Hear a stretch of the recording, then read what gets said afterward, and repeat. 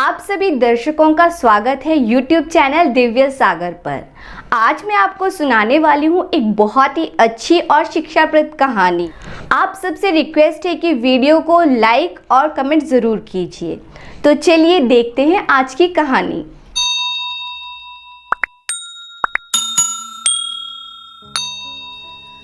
पुराने समय की बात है। एक राज्य में एक चोर रहता था।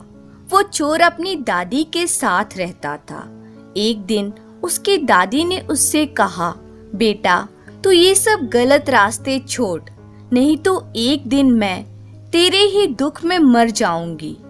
तू शराब पीता है, चोरी करता है, जुआ भी खेलता है, झूठ भी बोलता है। क्या तू मेरे कहने से ये सब छोड़ नहीं सकता? चोर ने कहा, दादी मैं कैसे ये सब छोड़ दूं? मैं शराब पीता हूँ ताकि हमारी गरीबी को भुला सकूं, जुआ खेलता हूँ जिससे जीवन में कुछ आनंद ले सकूं, और चोरी इसलिए करता हूँ कि हम दोनों का पेट पाल सकूं। तब दादी ने कहा, क्या तू कम से कम एक बुराई को भी नहीं छोड़ सकता? ये सुनकर चोर मन ही मन कुछ सोचने लगा और फिर बोला, अच्छा तो ठीक है, मैं झूठ बोलना छोड़ दूंगा।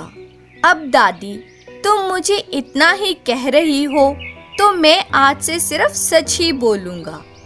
वो चोर जिस राज्य में रहता था वहाँ का राजा बहुत ही अमीर और शक्तिशाली था, परंतु वो खुश नहीं था।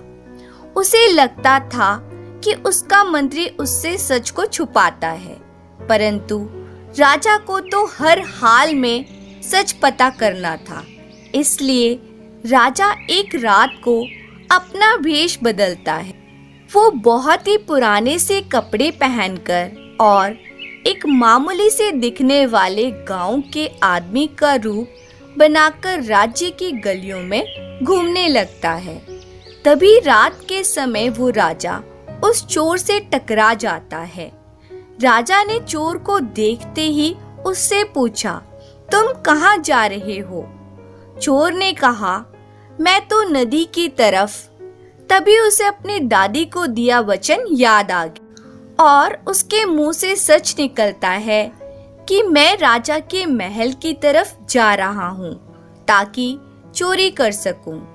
वेश बदले हुए राजा ने कहा, महल की तरफ जा रहे हो तो चलो मेरे साथ, मैं तुम्हें वहां ले चलता हूँ।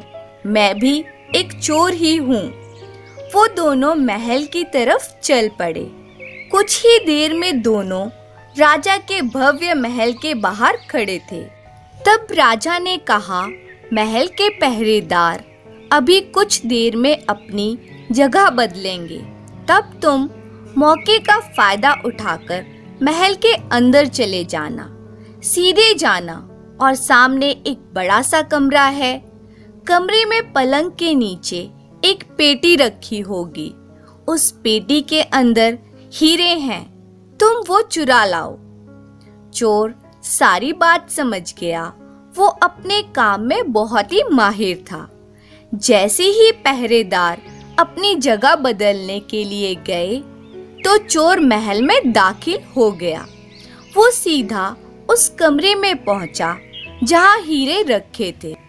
उसे वो हीरों वाली पेटी मिल गई। जब पेटी को खोला तो उसने देखा उसके अंदर 3 बड़े बड़े बेशकीमती हीरे रखे थे। हीरों को देखकर चोर की आंखें फटी की फटी रह गई।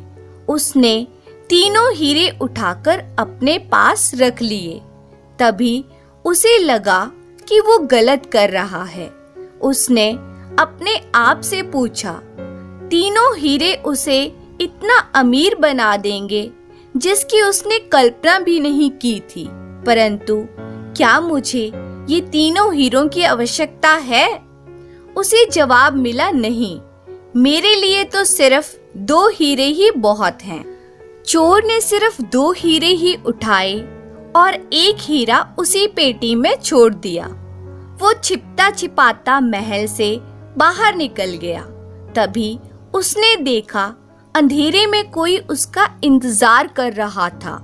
वो भेष बदलकर आया राजा ही था। राजा ने उससे पूछा, क्या तुम जो चुराने गए थे वो मिला? तब चोर ने कहा, हाँ, वहां पर 3 हीरे थे, पर मैंने सिर्फ 2 ही चुराए, एक वहीं पर छोड़ दिया। तभी उसे अपनी दादी की बात याद आई और उसके मुंह से सच निकला कि तुमने मेरी सहायता की है तो ये एक हीरा तुम्हारा है। चोर ने एक हीरा राजा को दे दिया और अपने रास्ते चला गया। राजा चोर को देखता रहा और उसका पीछा करने लगा। पीछा करते करते राजा ने देखा कि वो चोर एक झोंपड़ी में अपनी बूढ़ी दादी के साथ रहता है। अब राजा महल में वापस आ गया। उसने अपने पुराने कपड़े उतार दिए। अगली सुबह ही राजा ने अपने मंत्री को बुलाया और कहा, कल रात को महल में चोरी हुई है, जाओ देखो कि क्या चोरी हुआ है। मंत्री तुरंत उस कमरे में गया जहां हीरे रखे थे। उसने पेटी खोलकर देखी तो उसमें एक हीरा रखा था।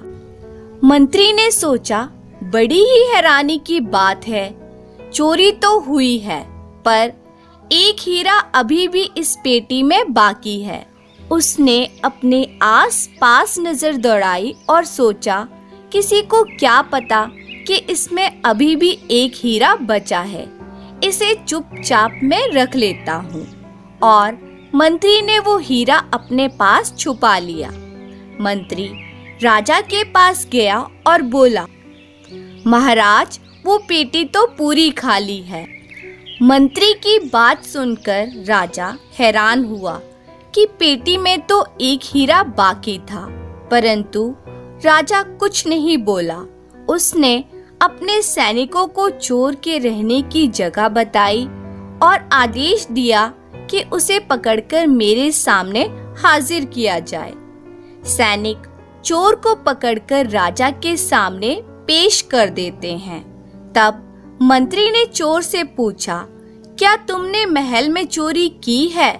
तो बताओ वो तीनों हीरे कहाँ हैं? अब क्योंकि चोर ने सच बोलने का वचन दिया था, सो उसने सच ही बोला कि हाँ, उसने महल में चोरी की है, परंतु उसने सिर्फ 2 हीरे ही चुराए हैं। एक हीरा उसी पेटी में छोड़ दिया था।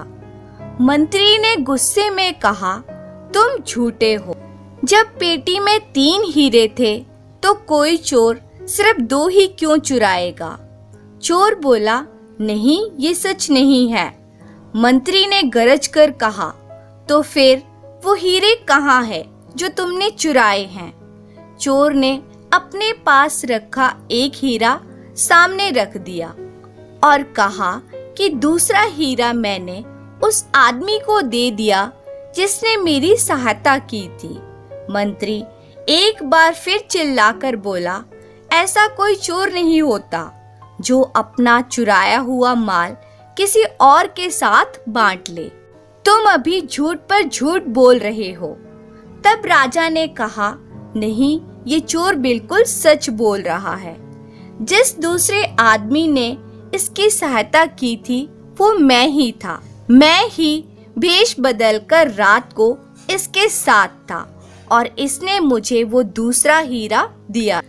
फिर राजा ने कहा, वो तीसरा हीरा कहाँ है? मैं अभी बताता हूँ। सैनिकों, इस मंत्री की तलाशी लो। सैनिकों ने मंत्री की तलाशी ली। हालांकि मंत्री ने इसका विरोध किया। मंत्री के पास से ही तीसरा हीरा मिल गया। तब राजा ने अपने सभी दरबारियों से पूछा कि जिस आदमी ने मेरे साथ विश्वासघात किया है उसको क्या सजा देनी चाहिए। सभी ने कहा कि मंत्री को सजा मिलनी चाहिए, परंतु चोर को नहीं। राजा ने कहा, ठीक है, मंत्री को कैद कर लो। फिर राजा ने कहा, ये चोर जिसने हमेशा सच बोला, इसके साथ क्या किया जाए? दरबारियों ने कहा, महाराज, आप इसे अपना नया मंत्री क्यों नहीं बना देते? राजा को बात पसंद आ गई। उसने कहा, ठीक है, यही किया जाएगा। चोर को राजा का मंत्री बना दिया गया और अगले दिन उस बेईमान मंत्री को फांसी की सजा दी जानी थी। अगले दिन नया मंत्री राजा से मिला और उसने कहा, महाराज, आपके पुराने मंत्री ने अपराध किया है, परंतु आज से पहले मैंने भी कई गलत काम किए हैं, फिर भी मैं आज आपका मंत्री, मेरा पूरा जीवन बदल गया। अब मैं न शराब पीता हूँ, न मुझे चोरी करने की जरूरत है, न मैं अब जुआ खेलता हूँ। ये सब इसलिए संभव हुआ क्योंकि मैंने सिर्फ सच बोलने का निर्णय लिया। इसी तरह एक सच ये भी है कि आपके पुराने मंत्री को भी दूसरा मौका मिलना चाहिए, जैसे दूसरा मौका मुझे मिला है। आप उसकी सारी संपत्ति ले लो और उसे एक गरीब इंसान की तरह जीने दो, उसकी मौत की सजा माफ कर दो। राजा ने अपने नए मंत्री की सलाह मान ली। अब राजा खुश था कि उसे एक ऐसा मंत्री मिला है जो सच्चा और ईमानदार है। नया मंत्री अब अपनी दादी के साथ एक महलनुमा घर में रहने लगा और उसकी दादी भी खुश थी कि उसका पोता सही रास्ते पर चल पड़ा। धन्यवाद।